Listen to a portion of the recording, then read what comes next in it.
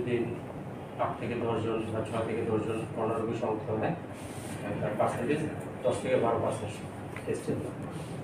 তো অন্য দেশের সাথে যদি কম্পেয়ার করি, পার্শ্ববর্তী দেশে প্রতিদিন, ভারতে প্রতিদিন 400 থেকে 600 ডিটেকশন হচ্ছে, মালয়েশিয়ার প্রতিদিন প্রায় 200 থেকে 300 কেস ডিটেকশন হচ্ছে, থাইল্যান্ডের সবচেয়ে বেশি, প্রতিদিন থেকে 10 থেকে 12,000 বা 13,000 কেস ডিটেকশন হচ্ছে। সেক্ষেত্রে আমাদের ডিটেকশন, নাম্বার অফ ডিটেকশন খুবই কম।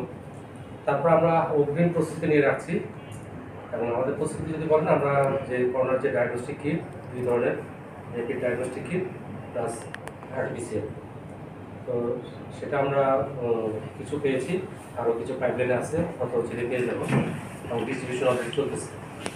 আর হাসপাতালের প্রিপারেশন যদি বলেন, আমরা ডিএনসিসি অলরেডি ডেডিকেট, এখানে 50টা বেড করোনার জন্য ডেডিকেট করে করা হয়েছে, প্লাস ইনক্লুডিং আইসিইউতে 14টা বেড বা 15টা বেড রেডি করা হয়েছে, এবং চিটাং মেডিকেলও এরকম রেডি করা হয়েছে, ঢাকা মেডিকেলও রেডি করা হচ্ছে।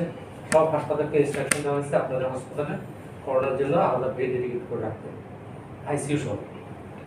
যারা 1000 যাচ্ছে তাদের বলুন যে গত 2 বছর কটা পরীক্ষা করছে, সেই রিপোর্টটা দিন। আচ্ছা, আর আমরা যে আমাদের ওয়েবসাইটে যে পরীক্ষার হার দেখতে চাই, আমাদের গতকাল পরীক্ষা হয়েছে 107টা, তো সারা দেশ 107টা পরীক্ষা হয়েছে টোটাল।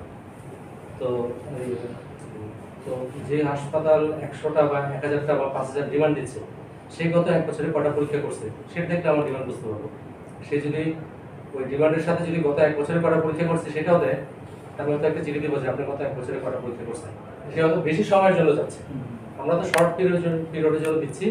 আমরা হয়তো যখন আরও আমাদের সাথে আসবে, সিএমএসডি কেনার ব্যবস্থা করতেছে, প্লাস আমরা হসপিটালগুলোকেও ইনস্ট্রাকশন দিচ্ছি আপনাদের পরিচালন বাজেট থেকে এটা কেনার জন্য। প্লাস আমরা ডেভেলপিং পার্টনারদেরও রিকোয়েস্ট করছি, ওরাও হয়তো ছুটি শেষ হয়ে গেলে ওরাও আমাদের দিবে। আস্তে আস্তে করোনার পরিস্থিতি বাড়ছে, এটা বলার সময় এখন আসেনি, কারণ দেখতে পাচ্ছেন প্রতিদিন 6 থেকে 10 জন। আপনি যদি গত বছরের সাথে তুলনা করেন, গত বছরের এই সময়ে জানুয়ারি থেকে মে পর্যন্ত করোনা সংক্রমিত ছিল 3600-র বেশি, আর এই বছর জানুয়ারি থেকে মে পর্যন্ত করোনা সংক্রমণ হলো 158 জন, প্রায় কি বলবো 20 ভাগের 1 ভাগ। কিন্তু জুন মাসে একটু বাড়ছে, জুন মাসে 70 থেকে 80 জনের মধ্যে গত 10 দিন ইনফেক্টেড হয়েছে। প্রস্তুতি, আপনাদের সার্বিক প্রস্তুতিটা এই সার্বিক প্রস্তুতি তো এটাই, হসপিটাল প্রিপেয়ারনেস এবং লজিস্টিক্স।